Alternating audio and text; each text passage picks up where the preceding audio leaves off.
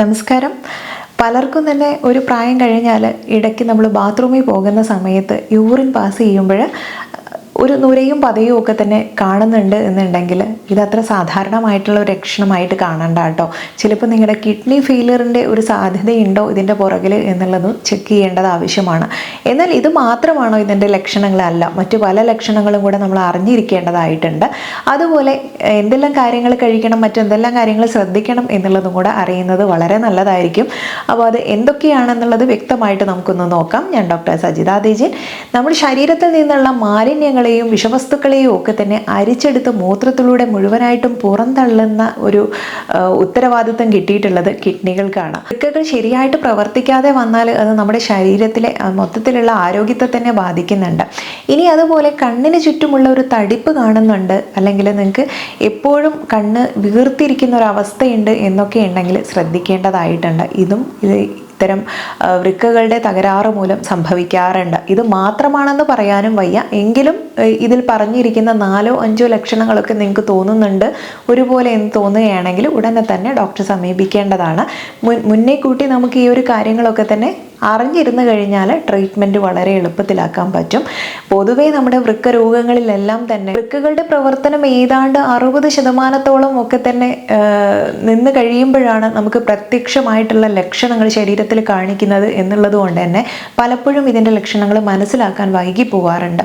ഇനി അതുപോലെ നമുക്ക് കണ്ണിന് ചുറ്റും മാത്രമുള്ളതല്ല, കാലിലും എപ്പോഴും നീര് കാണുന്നു, മാറ്റം വരാതെ ഏത് സമയത്തും നീര് കാണപ്പെടുന്നു എന്നുണ്ടെങ്കിലും ഇത് വൃക്ക സംബന്ധമായിട്ടുള്ള അസുഖത്തിൻ്റെ ഒരു ലക്ഷണമായേക്കാം. എന്നാൽ ഇത് മാത്രമല്ല, മറ്റു പല കാരണങ്ങളിൽ നിസാരമായ ചില ലക്ഷണങ്ങളും, അല്ലെങ്കിൽ നമ്മുടെ ശരീരത്തിൽ ഹീമോഗ്ലോബിൻ്റെ കൗണ്ട് കുറഞ്ഞു കഴിഞ്ഞാലോ, തൈറോയിഡ് രോഗികളാണെങ്കിലും മറ്റു പല കാരണങ്ങൾ കൊണ്ട് ഇത് വരാം. അല്ലെങ്കിൽ എന്തെങ്കിലും ഒരു ഇഞ്ചുറി പറ്റിയിട്ടുണ്ടെങ്കിലോ, ഞരമ്പുകൾക്ക് ഉണ്ടാവുന്ന വീക്ക്നെസ് കാരണമോ, ഒരുപാട് ദൂരം നമ്മൾ യാത്ര ചെയ്യുമ്പോഴോ ഇതൊക്കെ വരാം. തകരാറിലായിട്ടുള്ള വൃക്കകൾ സോഡിയം നിലനിർത്തുന്നതിനും ഇടയാക്കുന്നുണ്ട്. ഇത് കണങ്കാലുകളിലും പാദങ്ങളിലും ഒക്കെ നീര് കൊണ്ട് വീർക്കാൻ കാരണമാകുന്നത് ഇത് തന്നെയാണ്. മറ്റൊന്ന് ക്ഷീണമാണ്. വൃക്കകൾ തകരാറിലായാൽ രക്തത്തിലെ വിഷവസ്തുക്കളും അല്ലെങ്കിൽ മാലിന്യങ്ങളും ഒക്കെ അടിഞ്ഞുകൂടുന്നത് വഴി നിങ്ങളിൽ എല്ലായ്പ്പോഴും ക്ഷീണവും ബലഹീനതയും ഒക്കെ ഉണ്ടാവും. നിങ്ങൾക്ക് നല്ല ഉറക്കം ലഭിച്ചാൽ പോലും നമ്മുടെ ദൈനംദിന ജോലിയൊന്നും നിർവഹിക്കാൻ ഇതുമൂലം ബുദ്ധിമുട്ടിലാവാറുണ്ട്. ഇനി ഈ മൂത്രത്തിൽ പത എന്നുള്ളത് ശരീരത്തിൽ നിന്ന് മാക്രോന്യൂട്രിയൻസ് അരിച്ചെടുക്കാൻ വൃക്കകൾക്ക് കഴിയാതെ വരുമ്പോൾ സംഭവിക്കുന്ന ഒന്നാണ്. രക്തത്തിലെ അമിതമായിട്ടുള്ള പ്രോട്ടീൻ്റെ അടയാളമാണ് ഈ നുരയും പതയും ഒക്കെ തന്നെ യൂറിൻ പാസ് ചെയ്യുന്ന സമയത്ത് വരുന്നത്. അപ്പോൾ ഇതും ഇതുപോലെ ഒരു കിഡ്നിയുടെ അനാരോഗ്യകരമായിട്ടുള്ള ഒരു ലക്ഷണമാണ് കാണിച്ചു തരുന്നത്. വൃക്കകൾ തകരാറിലാണോ എന്നുള്ളതിൻ്റെ ഒരു പ്രധാന ലക്ഷണമായിട്ട് കാണിക്കുന്ന ഒന്നാണ് യൂറിൻ പാസ് ചെയ്യുന്ന സമയത്ത് രക്തത്തിൻ്റെ അംശം കാണുന്നത്. പല കാരണങ്ങളാൽ നമുക്ക് സംഭവിക്കാവുന്ന ഒരു കാര്യമാണ് മോശം വിശപ്പ് എന്നുള്ളത്, വിശപ്പില്ലായ്മ എന്നുള്ള ഒരു പ്രശ്നം. വൃക്ക സംബന്ധമായിട്ടുള്ള അസുഖങ്ങളിലും ഇതുപോലെ വിശപ്പില്ലായ്മ കാണപ്പെടാം. അതുപോലെ ചർമ്മത്തിൽ വരുന്ന ചില മാറ്റങ്ങൾ, ചർമ്മത്തിൽ ഇടയ്ക്ക് നിങ്ങൾക്ക് ഈ ചൊറിച്ചിൽ അനുഭവപ്പെടും. നമുക്ക് ബോഡിയിലൊക്കെ തന്നെ ഇത്തരം വിഷവസ്തുക്കൾ ഉണ്ടെങ്കിലോ, രക്തം ശുദ്ധിയല്ലാതെ ഇരിക്കുന്ന അവസ്ഥയുണ്ടെങ്കിലോ ഒക്കെ തന്നെ ഈ ഒരു ചൊറിച്ചിലും ബുദ്ധിമുട്ടുകളൊക്കെ വരാറുണ്ട്. കിഡ്നി ശരിയായിട്ട് പ്രവർത്തിക്കുന്നില്ലെങ്കിൽ നല്ല ഉറക്കം ലഭിക്കുന്നത് വളരെ ബുദ്ധിമുട്ടാണ്. അത്തരം സന്ദർഭങ്ങളിൽ നമുക്ക് ഉറക്കമില്ലായ്മ, ഉറക്കക്കുറവിൻ്റെ അസ്വസ്ഥമായിട്ടുള്ള ഒരു ഉറക്കം, ഇവയൊക്കെ സാധാരണമായിട്ട് കാണുന്നതാണ്. പിന്നെ ഏകാഗ്രത ഉണ്ടാവില്ല എന്നുള്ളതാണ്. കിഡ്നിയിൽ ഏത് പ്രശ്നമായാലും ഏകാഗ്രതയെ ബാധിക്കാറുണ്ട്. ജോലിയിൽ ശ്രദ്ധ കേന്ദ്രീകരിക്കാൻ കഴിഞ്ഞേക്കില്ല. പലപ്പോഴും വളരെയധികം അസ്വസ്ഥത തോന്നും. മുതുകിലും ഇടുപ്പിലും കാലിലും വാരിയെല്ലിന് ഭാഗങ്ങളിലും ഒക്കെ തന്നെ ഉണ്ടാവുന്ന വേദനയും ഇതിൻ്റെ ഒരു ഭാഗമായിട്ട് വരും. ഇത് പോളിസിസ്റ്റിക് വൃക്കരോഗത്തിൻ്റെ ഒരു ലക്ഷണമാണ്. വൃക്കയിൽ നീർക്കുമിളകൾ രൂപം കൊള്ളുന്ന ഒരു അവസ്ഥയാണ്. ഇത് വേദന ഉണ്ടാക്കും. ഈ പറഞ്ഞ സൂചനകൾ വൃക്കരോഗം വരാനുള്ള സാധ്യതയുടെ സൂചനയല്ല. വൃക്കരോഗം കുറച്ച് വഷളാകുന്നതിൻ്റെ ഒരു ലക്ഷണമാണ്. അതുകൊണ്ട് തന്നെ വൈകാതെ തന്നെ ചികിത്സ നേടേണ്ടത് അത്യാവശ്യമാണ്. ഇനി നിങ്ങൾ ശ്രദ്ധിക്കേണ്ട, അമിതമായ രക്തസമ്മർദ്ദം ഉണ്ടെങ്കിൽ വേഗം ചികിത്സിച്ച് അല്ലെങ്കിൽ അതിനെ നിയന്ത്രിച്ച് നിർത്തുകയെങ്കിലും ചെയ്യുക. പ്രമേഹം നിയന്ത്രിച്ച് നിർത്തുക. സ്വന്തമായി മരുന്ന് ഷോപ്പുകളിലൊന്നും പോയി തന്നെ മരുന്ന് വാങ്ങി ഒരു കാലയളവൊന്നും ഇല്ലാതെ മരുന്ന് കഴിച്ചുകൊണ്ടിരിക്കുന്ന ഒരു പ്രവണതയുണ്ടെങ്കിൽ അത് നിർത്തുക. പുകവലി, മദ്യം എന്നുള്ളവ നിർത്തുകയും കൊഴുപ്പ് കുറഞ്ഞ ആഹാര പദാർത്ഥങ്ങൾ കഴിക്കാൻ ശ്രദ്ധിക്കുകയും ചെയ്യുക. ഈ മുഖത്തും കാലുകളിലും വയറിലൊക്കെ കാണുന്ന നീര് വൃക്കരോഗത്തിന്റെ ഒരു സാധാരണ ലക്ഷണമാണ്. രാവിലെ ഉണരുമ്പോൾ കണ്ണുകൾക്ക് ചുറ്റുമൊക്കെ നീരുണ്ടായിരിക്കും. ചില വൃക്കരോഗങ്ങൾ വൃക്ക പ്രവർത്തന തകരാറ് സംഭവിക്കുന്നില്ല, എങ്കിലും നീര് പ്രത്യക്ഷപ്പെടാറുണ്ട്. എക്സാമ്പിൾ പറയുകയാണെങ്കിൽ ഒരു നെഫ്രോട്ടിക് സിൻഡ്രം കേസിലൊക്കെ തന്നെ ഇങ്ങനെ സംഭവിക്കാറുണ്ട്. അല്ലെങ്കിൽ വിശപ്പില്ലായ്മ ലക്ഷണങ്ങൾ, ഒരു വൃക്കരോഗിക്ക് ഉണ്ട്. മാലിന്യങ്ങൾ ഉള്ളിൽ നിന്നും പുറന്തള്ളപ്പെടാത്തൊരവസ്ഥയിൽ ശരീരത്തിൽ വിഷാംശം വർദ്ധിക്കുന്നതിൻ്റെ ലക്ഷണമായിട്ട് ഇങ്ങനെ വരാറുണ്ട്. അല്ലെങ്കിൽ വൃക്കരോഗികൾ ഉയർന്ന രക്തസമ്മർദ്ദം കാണിക്കാറുണ്ട്. 30 വയസ്സിൽ താഴെയുള്ള ഒരാളുടെ ഉയർന്ന രക്തസമ്മർദ്ദമായാൽ വൃക്കരോഗത്തിൻ്റെ ഒരു ലക്ഷണമാവാം എന്നുള്ളത് സംശയിക്കേണ്ടതുണ്ട്. വിളർച്ച, തളർച്ച, ക്ഷീണം, കിതപ്പ്, ഇത്തരം ലക്ഷണങ്ങളൊക്കെ ഹീമോഗ്ലോബിൻ്റെ അളവ് കുറയുമ്പോഴാണ് കാണുക. അതുപോലെ വിളർച്ചയ്ക്ക് മരുന്നുകളോട് ശരീരം പ്രതികരിക്കുന്നില്ലെങ്കിലും നമ്മളിത് വൃക്കരോഗമാണോ എന്നുള്ളത് സംശയിക്കേണ്ടതുണ്ട്. കൃത്യമായി നമുക്ക് പറയാനാവാത്ത ചില ലക്ഷണങ്ങളും ഇതിന് പറയാറുണ്ട്. നട്ടെല്ലിന് ഭാഗത്ത് വേദന ഉണ്ടാവുക, അല്ലെ ശരീരത്തിന് മുഴുവൻ ചൊറിച്ചിലുണ്ടാവുക, ശരീരവേദന, കാലിനും കയ്യിനും കടച്ചിലോ അല്ലെങ്കിൽ ഒരു പിടുത്തം പോലെയൊക്കെ തോന്നുക. ഇതെല്ലാം പൊതുവായി പറയപ്പെടുന്ന ബുദ്ധിമുട്ടുകളാണ്. വൃക്കരോഗം ബാധിച്ച കുട്ടികളൊക്കെ ആണെങ്കിൽ വളർച്ച കുറവ്, പൊക്കക്കുറവ്, കാലിൽ വളയുക എന്നൊക്കെ ഉണ്ടാവാറുണ്ട്. അതല്ലെങ്കിൽ മൂത്ര സംബന്ധമായിട്ടുള്ള ചില പ്രശ്നങ്ങൾ ഉണ്ടാവാം. മൂത്രം ശരിയായിട്ട് ഒഴിഞ്ഞു പോകാതെ അളവ് കുറയുക, തുടരെ മൂത്രം പോവുക, അതിൽ രക്തത്തിൻ്റെ അംശമോ അല്ലെങ്കിൽ പഴുപ്പോ ഉണ്ടാവുക, ഇതൊക്കെ ഈ ലക്ഷണങ്ങളിൽ പെടാറുണ്ട്. അതുപോലെ ഭയങ്കരമായിട്ടുള്ള മൂത്രക്കടച്ചിൽ എന്നൊക്കെ പറയാറില്ലേ, മൂത്രനാളിയിൽ ഉണ്ടാവുന്ന അണുബാധയുടെ ലക്ഷണമാണിത്.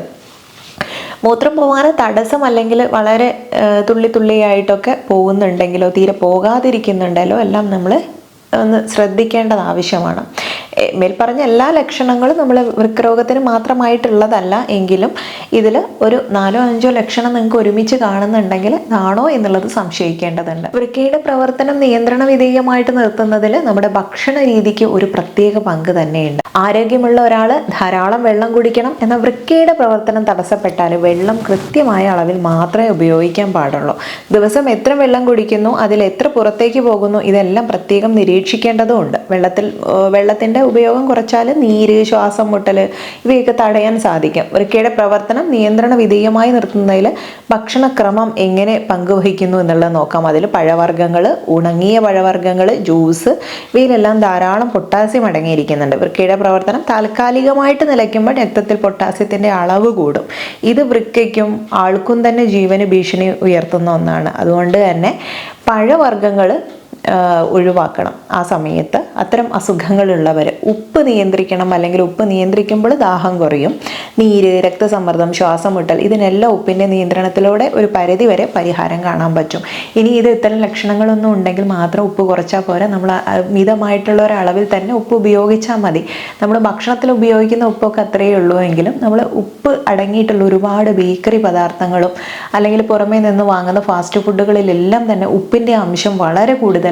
അതുകൊണ്ട് അതൊക്കെ തന്നെ മാറ്റിക്കഴിഞ്ഞാൽ, ആ ഒരു ലൈഫ് സ്റ്റൈൽ മാറ്റിയാൽ തന്നെ നമുക്ക് ഒരുപാട് പ്രശ്നങ്ങളെ തടുത്തു നിർത്താൻ പറ്റും. വൈദ്യശാസ്ത്രത്തിൽ ഇതുവരെ പൂർണ്ണ രോഗ വിമുക്തി അവകാശപ്പെടാൻ നമുക്ക് കഴിയാത്തൊരു അസുഖമാണ് ഈ വൃക്കയ്ക്ക് ഉണ്ടാകുന്ന സ്ഥായിയായ തകരാറുകളെല്ലാം തന്നെ.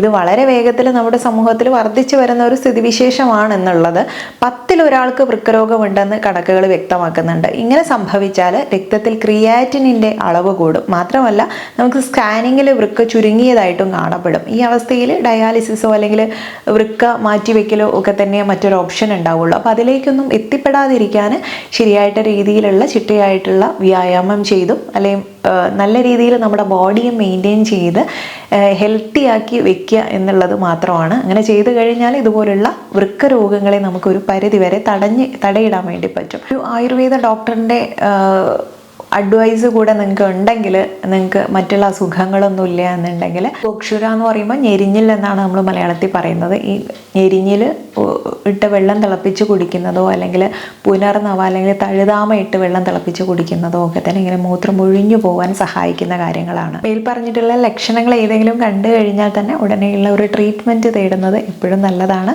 അപ്പോൾ ഇന്നത്തെ കാര്യങ്ങളൊക്കെ തന്നെ നിങ്ങൾ കണ്ടു കഴിഞ്ഞാലും മറ്റുള്ളവർക്കും കൂടെ ഷെയർ ചെയ്ത് കൊടുക്കുമെന്ന് വിശ്വസിക്കുന്നു. കാരണം വളരെ ഉപകാരപ്പെട്ടിട്ടുള്ള ഒരു വീഡിയോ ആയിരിക്കും. മറ്റൊരു വീഡിയോയിൽ നല്ലൊരു വിഷയവുമായി വീണ്ടും കണ്ടുമുട്ടാം.